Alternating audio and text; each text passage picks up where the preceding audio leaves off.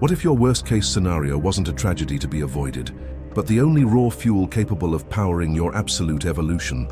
Most people spend their entire lives fleeing from discomfort, building elaborate walls of convenience that actually act as the bars of an invisible, fragile cage. We have been conditioned to believe that tranquility is a reward for a life without obstacles, yet the ancient mystery schools and the radical philosophers of the past suggest something entirely different, something far more challenging and paradoxically empowering. In an era defined by constant global volatility and the relentless noise of digital validation, our emotional stability has become a hostage to fortune. We feel fragile because we have mistaken immediate comfort for long-term security. But there is a hidden architecture of the human mind, a way of being that the Stoics described as the internal fortress. It is a psychological state that allows a person to remain untouched while the world around them crumbles into chaos. This is not about the passive endurance of pain or masking fear with a hollow smile. It is about a fundamental, surgical rewiring of how you perceive the fabric of reality itself. In this journey, we are going to dismantle the ego traps that keep us addicted to a false sense of safety. We will explore how modern neuroscience is finally catching up to the ancient discipline of voluntary hardship, revealing why the brain thrives when it is tested. First, we will decode the illusion of control and why your current search for stability is actually your greatest vulnerability. Then, we'll analyze the specific markers of a mind that has learned to transform disaster into nothing more than clinical data. And by the end, we will face the ultimate paradox of amor fati, a state where you no longer just accept your fate, but you learn to love it as the very path forward. If the external world is a storm that you cannot stop, how do you become the eye that remains perfectly still? To understand the internal fortress, we must first examine the fragile glass palace we have built in its place. Imagine your ego not as a solid entity, but as a vast, shimmering mirror that reflects every digital notification, every social validation, and every minor convenience of the modern world. In this mirror, we see a version of ourselves that feels powerful because it can summon food, entertainment, and attention with a single tap. But this is the ultimate illusion of control. We have mistaken the ease of our environment for the strength of our character. The reality is that we have become psychologically malnourished, suffering from a form of existential scurvy because we have removed all the essential vitamins of resistance and friction from our daily lives. This brings us to an uncomfortable truth that the mainstream narrative of self-care often ignores. We are told that the path to peace is through the elimination of stress, the avoidance of toxic environments, and the constant pursuit of a comfortable equilibrium. However, if you spend your entire life in a climate-controlled room, the first gust of winter air will feel like a catastrophe. By optimizing our lives for comfort, we have inadvertently inflated our egos to a point of extreme fragility. We have created a self that is so large and so sensitive that the slightest deviation from our expectations feels like a personal assault.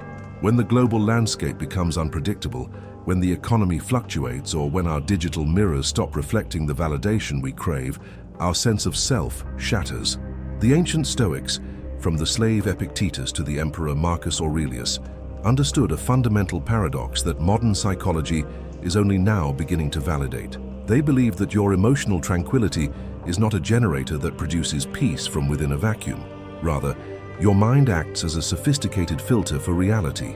If the filter is clogged with the debris of ego and the expectation of constant comfort, every event that passes through it becomes distorted into a crisis. But what if we could change the filter? What if the very things we perceive as threats are actually the raw materials required to forge a different kind of consciousness altogether? Consider the possibility that your anxiety is not a sign that the world is broken, but a signal that your ego is simply too large for the reality you inhabit. Every time you feel a pang of frustration because things didn't go your way, you are witnessing the friction between a fragile ego and an indifferent universe. The Stoic path suggests that the only viable defense against the increasing unpredictability of our era is not to control the world, but to dismantle the part of yourself that believes it needs control in the first place. What if every ancient tradition that spoke of awakening was actually describing the process of shrinking the ego until there is nothing left for fate to hook into? This isn't just a philosophical exercise. There are specific, measurable markers in your daily experience that indicate whether you are living in a glass palace or an internal fortress. To build the latter, we must transition from the safety of mental theory into the laboratory of the physical world. There is a specific architecture to voluntary discomfort, a way of intentionally seeking out minor hardships to recalibrate the very chemistry of your soul. Let's decode the blueprints of this architecture and see how the ancients used friction to find an unbreakable flow. The first pillar in the construction of the internal fortress is what we might call the alchemy of friction, known more traditionally as voluntary discomfort. In a world that is obsessively designed to remove every minor inconvenience, we have accidentally created a generation of nervous systems that are perpetually on high alert. When you never experience cold, you lose the ability to regulate your internal heat.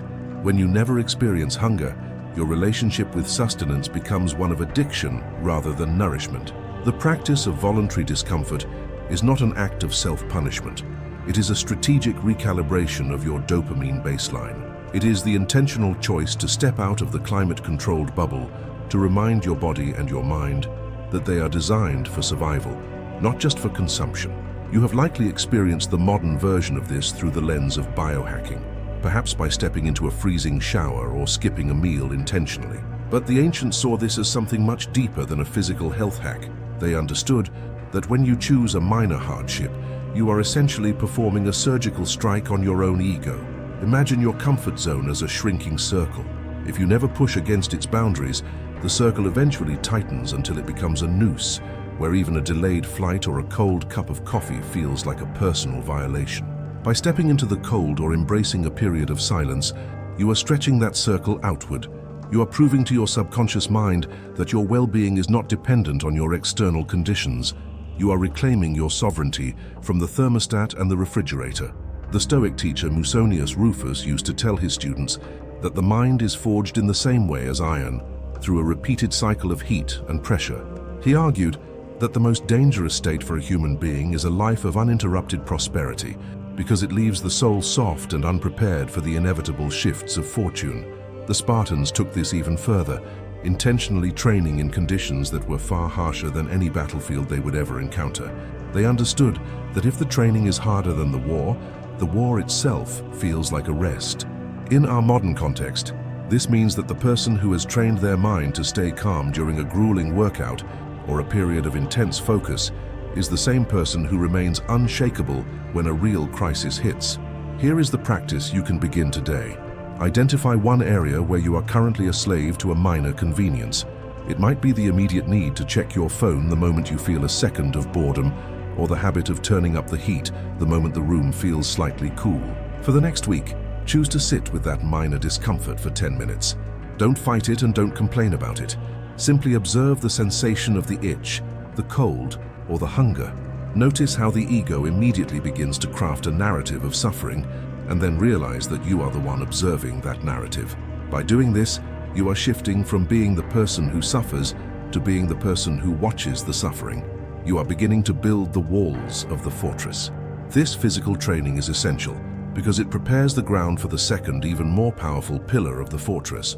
While the alchemy of friction prepares the body, we need a method to prepare the imagination. We must move from the realm of physical sensation into the theater of the mind, where we engage in a practice that sounds morbid to the uninitiated, but is actually the ultimate key to psychological freedom. This is the art of turning potential catastrophes into neutral data points. The second component is the mental simulator known as premeditatio malorum, or the premeditation of evils. Most modern self-help advice tells you to visualize success, to imagine your goals being met, and to surround yourself with positive affirmations. The problem with this approach is that it leaves you completely defenseless when life inevitably deviates from your script. When you only visualize the sunny day, you are emotionally devastated by the first drop of rain.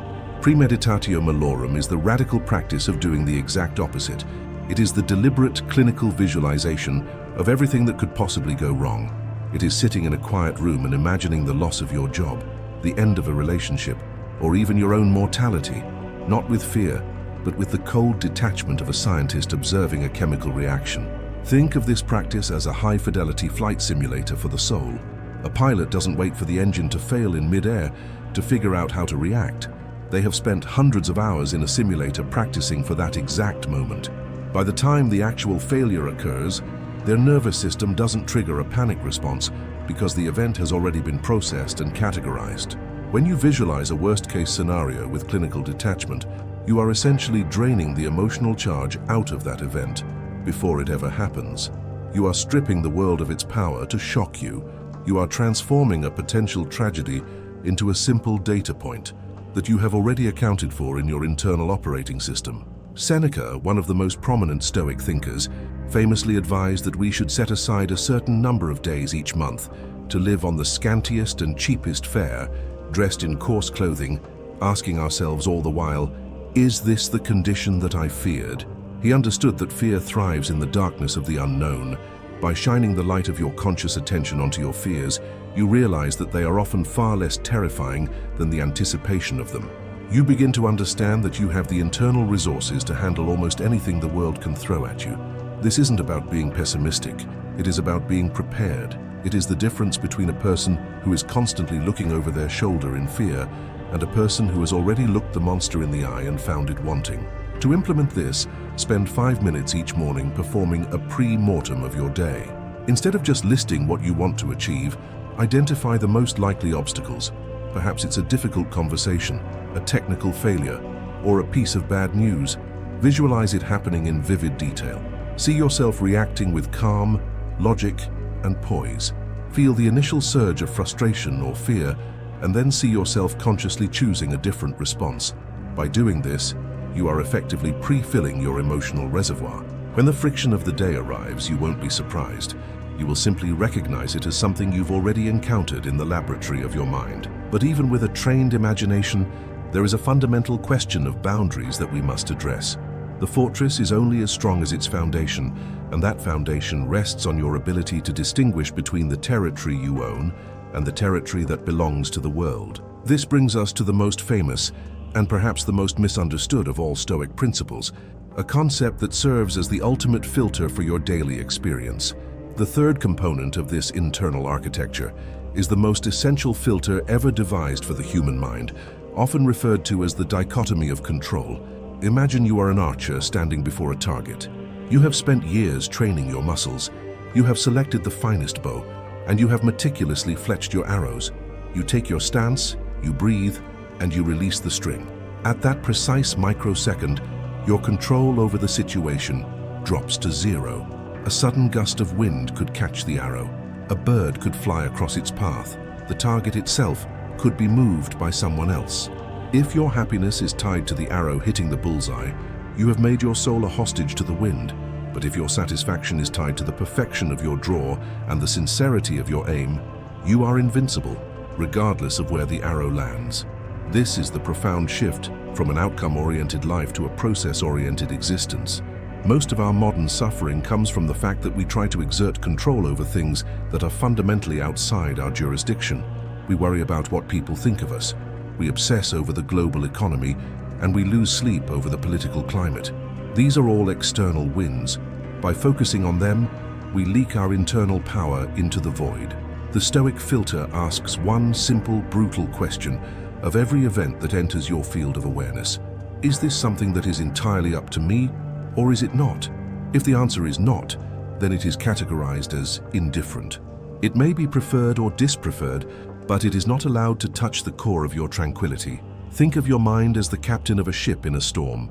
You cannot control the height of the waves or the direction of the gale, but you have absolute sovereignty over how you set the sails and how you steady the helm. When you stop trying to command the ocean, you find that you have a staggering amount of energy available to command the ship. You have probably experienced this moment of radical clarity during a crisis, when you suddenly stop complaining about the disaster and simply start doing what needs to be done. The internal fortress is built by making that state of mind your permanent residence. It is the realization that while you cannot choose what happens to you, you have the final, unassailable word on what those events mean to you. The practice here is what the ancients called the internal audit. Several times a day, especially when you feel a surge of irritation or anxiety, pause and visualize a line drawn down the center of your mind.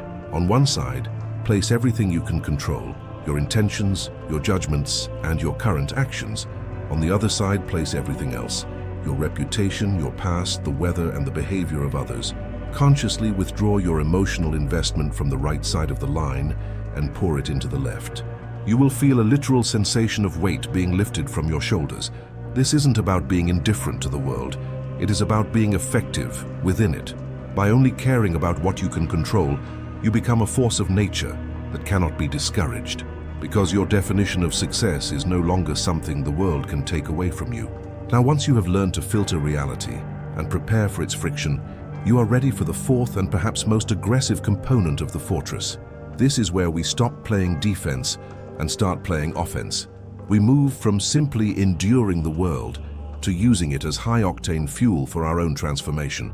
This is the alchemy of obstacles, a principle that suggests that the very thing blocking your path is, in fact, the path itself. The fourth component is the concept of the obstacle as the way. Marcus Aurelius famously wrote that the impediment to action advances action. What stands in the way becomes the way. To understand this, imagine a fire. If you have a small, flickering candle flame, a bucket of water or a strong wind will extinguish it instantly. But if you have a roaring bonfire, a bucket of water only creates steam, and a gust of wind only fans the flames higher. The bonfire doesn't just survive the obstacles, it consumes them and grows because of them. Most of us are living like candle flames, constantly terrified that the world will blow us out. The goal of radical Stoicism is to become the bonfire. When you encounter a setback, a failed project, a betrayal, a physical injury, the natural human response is to see it as a detour. We think, I was trying to go there, but this thing happened, so now I am stuck. Feuerstein, the alchemy of obstacles suggests that the thing that happened is exactly where you were supposed to be. It is the specific weight you need to lift to grow stronger. It is the particular puzzle you need to solve to evolve your intelligence. If you are a writer and you face a crushing rejection, that rejection is not a sign to stop. It is the specific data point you need to refine your craft. If you are a leader and your team fails you, that failure is the exact classroom where you will learn the nuances of human psychology. This is a radical inversion of our typical relationship with reality. Instead of asking, why is this happening to me? The inhabitant of the fortress asks, how can I use this? This shift in perspective changes the very chemistry of your brain. When you view a challenge as a threat, your body enters a state of fight or flight, which narrows your vision and clouds your judgment. But when you view that same challenge as a deliberate test or a piece of raw material, you enter a state of high-level problem solving. You move from the victim of the story to the protagonist who is being forged by the plot.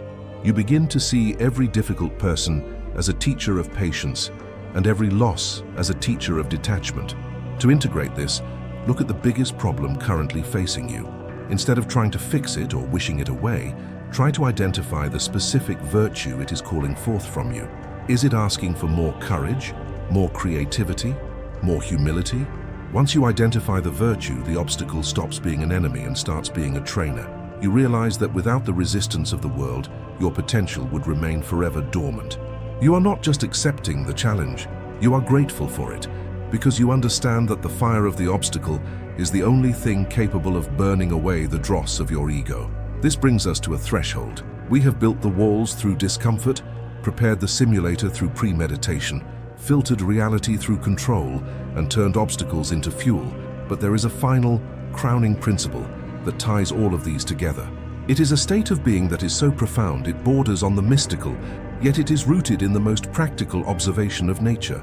It is the transition from using the world as fuel to genuinely loving the fire itself. The fifth component of our internal architecture is the one that transforms the fortress from a place of defense into a temple of profound joy. This is the radical embrace of fate, known as amor fati. Most people, even those who practice a degree of Stoicism, often stop at the level of acceptance. They say, this bad thing happened, I cannot change it, so I will endure it.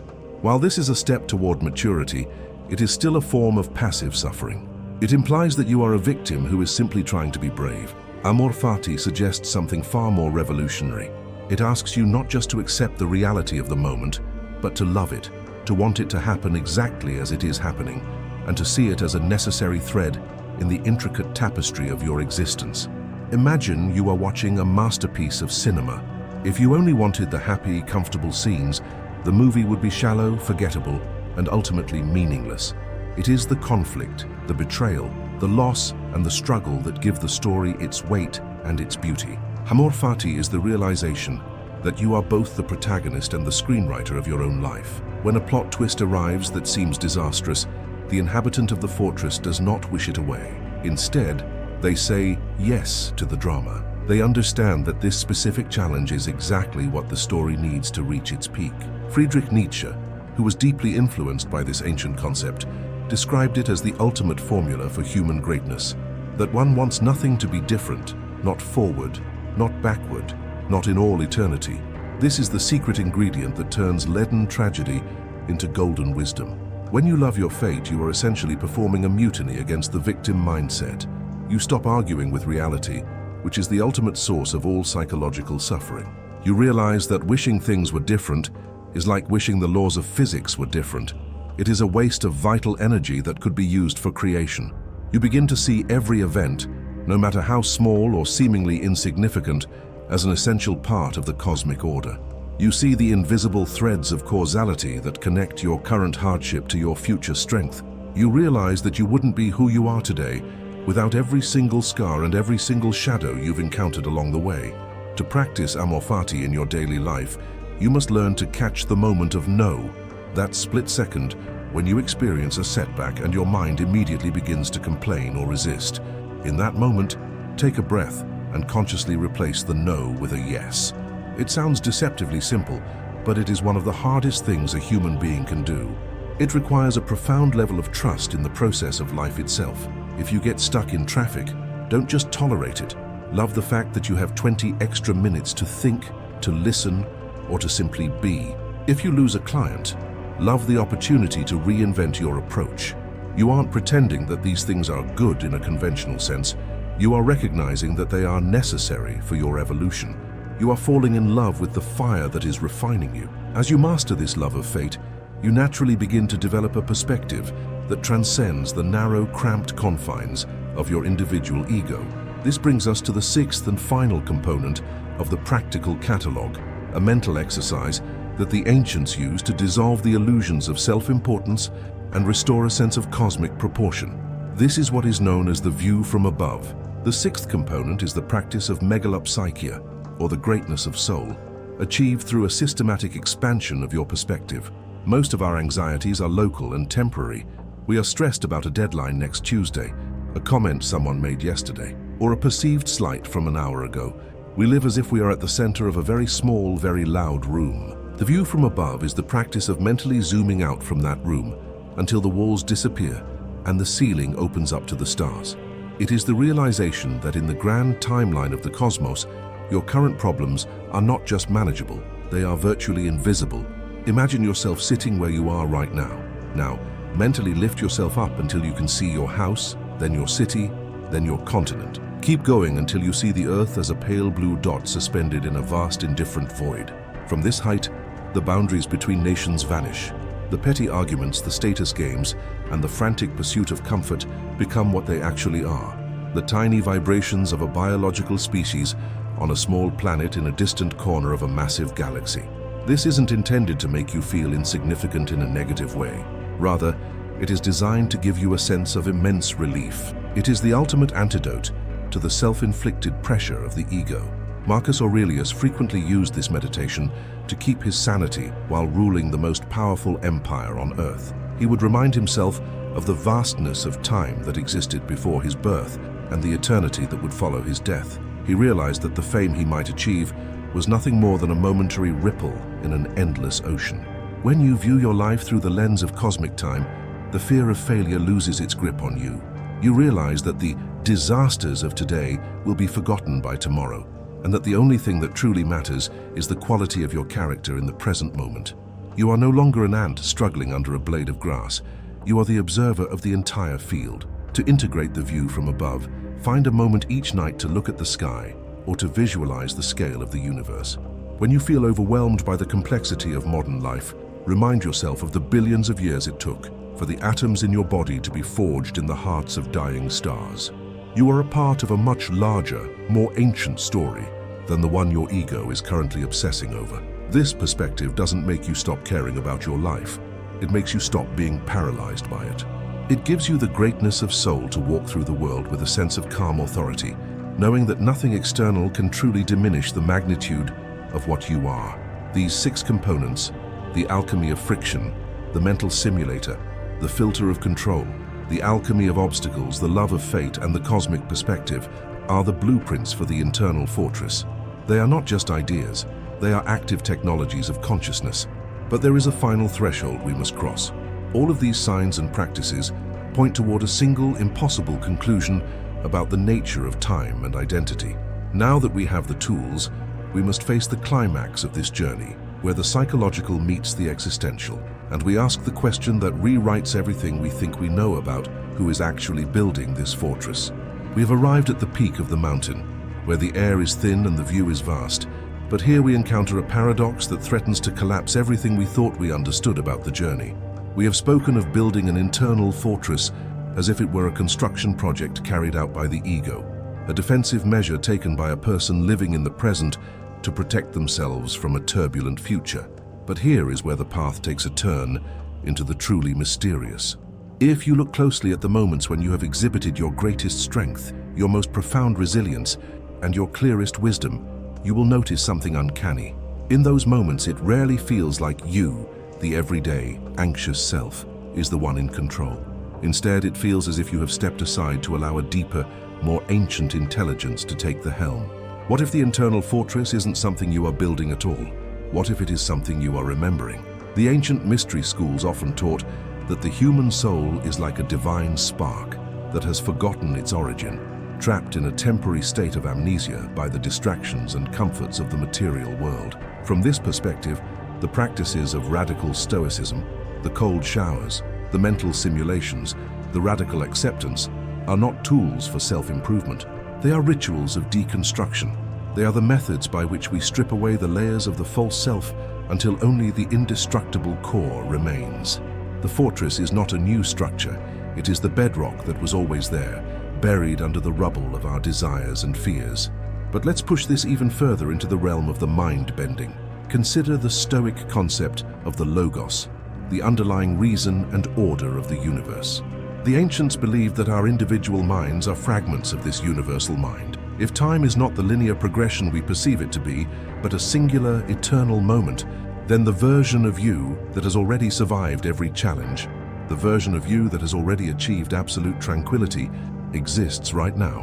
What if the sudden bursts of intuition, the moments of inexplicable calm in the face of disaster, and the persistent internal nudge toward discipline are actually echoes from your future self? What if your higher self isn't a mystical entity in another dimension, but literally you years from now, having already lived through this volatility, sending signals backward through the fabric of consciousness to guide your present self through the storm? This realization creates a moment of mental vertigo. It suggests that every time you choose voluntary discomfort, every time you filter reality through the dichotomy of control, and every time you love your fate, you are aligning yourself with a version of you that is already unbreakable. You are not building a fortress. You are tuning your internal receiver to the frequency of your own perfected character. The struggle you are facing right now isn't an obstacle to your evolution. It is the very resonance frequency required to establish that connection. If this is true, then the hunt for resilience is actually a journey of homecoming. You are not trying to become someone else. You are trying to find the courage to finally be who you have always been in the eyes of eternity. This brings us to the profound implications of this awakening. If we accept that our resilience is rooted in a deeper, more permanent layer of reality, then our responsibility to our own lives changes fundamentally. We can no longer play the role of the passive victim or the accidental traveler. Every choice you make, every judgment you form, and every obstacle you encounter becomes a high-stakes moment of self-definition. If your future self is indeed reaching back to guide you, then your present actions are the medium through which that guidance is realized. You are the architect of the bridge between who you are and who you are destined to be. How does this change the way you wake up tomorrow morning? It means that the difficult conversation you've been avoiding is no longer a source of dread, but a sacred appointment with your own growth. It means that the physical pain or the financial setback you are enduring is no longer a tragedy. but the precise weight-bearing exercise your soul requires to crystallize its strength. You stop asking the universe for an easier life and start asking for a stronger mind. You realize that your emotional tranquility is not a luxury that you'll enjoy once your problems are solved. It is the primary tool you use to solve them. The internal fortress becomes your daily operating system, a non-negotiable reality that you carry with you into every room and every interaction. This shift also transforms your relationship with others and the chaotic society we inhabit. When you are no longer a hostage to fortune, you become a source of immense stability for everyone around you. You move from being a consumer of energy to a generator of it. In a world that is increasingly defined by outrage, panic, and fragile egos, the person who remains untouched by external chaos becomes a beacon. You are not detaching from society out of indifference. You are detaching from the madness so that you can engage with the world from a place of true effectiveness. You realize that the most revolutionary thing you can do in a volatile era is to remain sane, calm, and sovereign. But we must face the final crowning dilemma of this journey, the one that places us directly before the great mystery of existence. If we are the architects of this fortress, and yet the fortress is also our ancient, forgotten nature, and if our future self is guiding our present self through the medium of the Logos, then who or what is the I that is witnessing all of this? The mystics said that the ultimate reality cannot be spoken, only experienced. Perhaps that's because we're not trying to discover something outside ourselves. We're trying to remember what we've always been. The ancient Hermetic text, the Emerald Tablet, famously states, "As above, so below. As within, so without." Maybe the entire cosmos isn't something you're inside of. Maybe you're what the cosmos is inside of. So here is the final question, the one that never really gets answered, but serves as the North Star for every true seeker. If consciousness is the ground of all being, and you are that consciousness experiencing itself through the temporary form of a person practicing Stoicism, then who is the one reading these words right now? Is it the fragile ego looking for another tool to feel safe? Or is it the silent inhabitant of the fortress, the one who was never afraid to begin with, finally recognizing its own reflection in the mirror of wisdom? The answer to that question isn't found in a book or a video. It is found in the silence between your thoughts, in the heat of your struggles, and in the radical choice to love your life exactly as it is. If these ideas resonate with you, if you feel that internal nudge toward a deeper understanding of your own resilience, consider subscribing and joining us on this path. This channel is not a destination where we provide final answers. It is a shared journey into the mysteries that define us. There are no maps for the territory ahead, only the light we carry for one another. The fortress is ready, the fire is lit, the hunt continues.